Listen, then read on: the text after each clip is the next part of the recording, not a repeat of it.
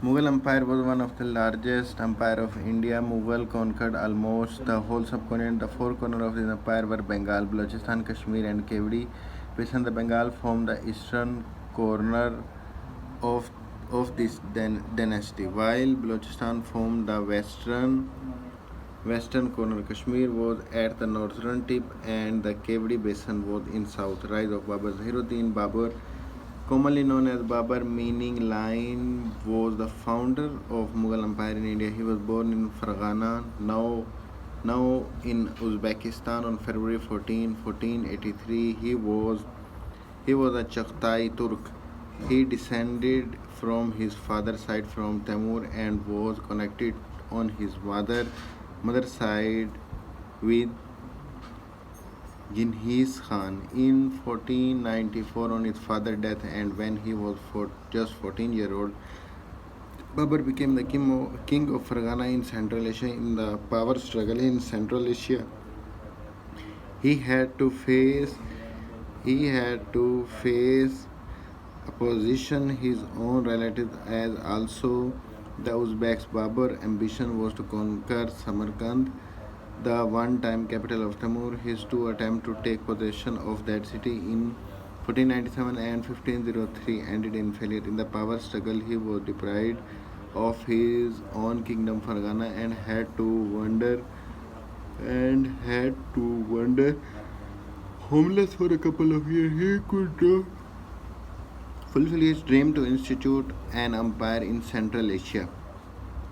But during this period, he made plans to conquer India like his ancestor Timur. In 1504, he conquered Kabul on the northwest frontier of India. He was also influenced by the Persian culture, and this affected both on his own action and those of his successors, giving rise to a significant expansion of the Persianate ethos in the Indian subcontinent. Babur invades India on account of his vacillating political in Central Asia. After crossing the Indus, he invaded India 5 times. After victory in Kabul, Babur tried again to conquer Samarkand and sought up from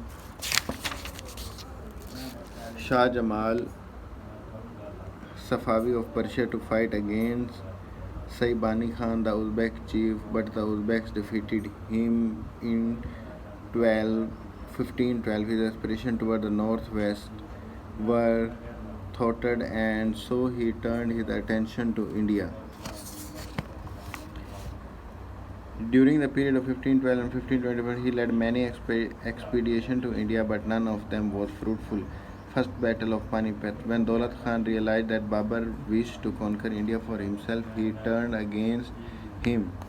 This compelled Babur to retire to Kabul. In November 1512, he marched from Kabul again with a large army and occupied Punjab. Babur proceeded against Ibrahim Lodi and met him on historic field of Panipat on April 21, 1523. Babur came to India with only 12,000 soldiers, while Ibrahim Lodi had a vast army of 1 lakh. Babur's experience helped him win the decisive battle, and the fifth expedition resulted in the death of Ibrahim Lodi. Establishment of Babur's rule.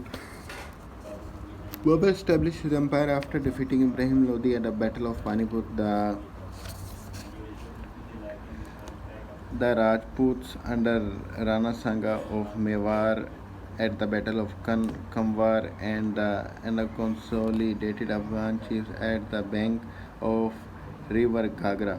His kingdom extended from Kabul and Kandahar in the northwest to Bihar in the east, and from the Himalayas in the north to Gwalior in the south. However, he was not able to enjoy the fruits of his hard-earned victories. After 4 years of ruling India, Babur died in 1530 at the age of 47. He was succeeded by his son Humayun. Babur's successor Humayun. Babur's son Humayun inherited much of his father's sensitivity, but he did not have the same qualities of decisive statesmanship or the same quick military skills. He was a better scholar than a soldier. At continual odds with the Afghans, their rebel chief Sher Shah Suri forced Humayun to leave India and seek asylum in Persia. Humayun only took back his father territory in India on the death of Sher Shah Suri in 1553 and then continued to reign for only 7 months. Akbar the Great. Humayun's son Akbar was just 14-year-old when he took the throne in 1556. Akbar assumed direct power in 1560. During the next 45 years of his reign, he extended the Mughal frontier to the Bay of Bengal in the east and the Persian border with Afghanistan in the north. People prefer people prefer to remember him for his gigantic military conquest and for the way in which he encouraged artistic and cultural endeavor. Jahangir 1605 to 1627. After Akbar's death in 1605, his son Jahangir succeeded the reign. He was one of the most attractive characters amongst the great Mughal.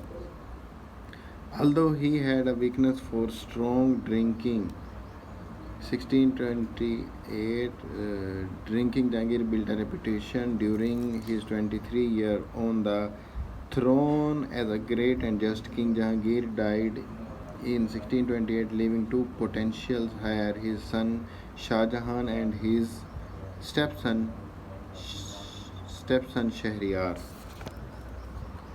Shah Jahan.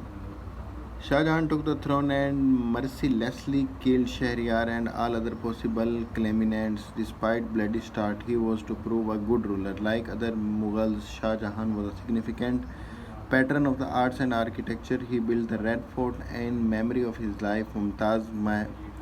Mumtaz Mahal, the Taj Mahal at Agra, one of the most beautiful buildings in the world. He ruled the massive Mughal empire for 22 years and initiated a return to Islamic orthodoxy, abolishing many of the lax practices that had been permitted by his father and grandfather. He was overthrown by the sword and by the lust for power of his own children. Aurangzeb 1658 to 1707. Aurangzeb too was to follow next in the Mughal Empire. He ruled the empire with an iron hand. He continued and strengthened the return to Islamic law that had been instituted by his father. Of all Mughals, Aurangzeb came closest to achieving the ideal of a true Islamic state in India. He also continued to extend the border to encompass Afghanistan and the entire subcontinent. Aurangzeb died in 1707. After his death, the Mughal Empire collapsed with internal conflict among the successor and was reduced to the area around Delhi. The various provinces declared their independence, and Marathas, under the leadership of Peshwas, gradually extended their hold in North India. Foreign invasion of Nadir Shah in 1729 AD and Ahmad Shah Abdali in 1747 to 61 AD further weakened the empire. The last Mughal emperor Bahadur Shah Zafar was imprisoned by the Britishers after the 1857 mutiny. Bahadur Shah Zafar was the last Mughal emperor. He was over 60 when he ascended to the throne of Delhi. Bahadur Shah himself was quite uninterested in the statecraft. He has no imperial interest. He was a very good poet and a calligrapher as well as Sufi. After the War of Independence of 1857, he was exiled to Rangoon in 1858, where he died in 1862 at the age of 87.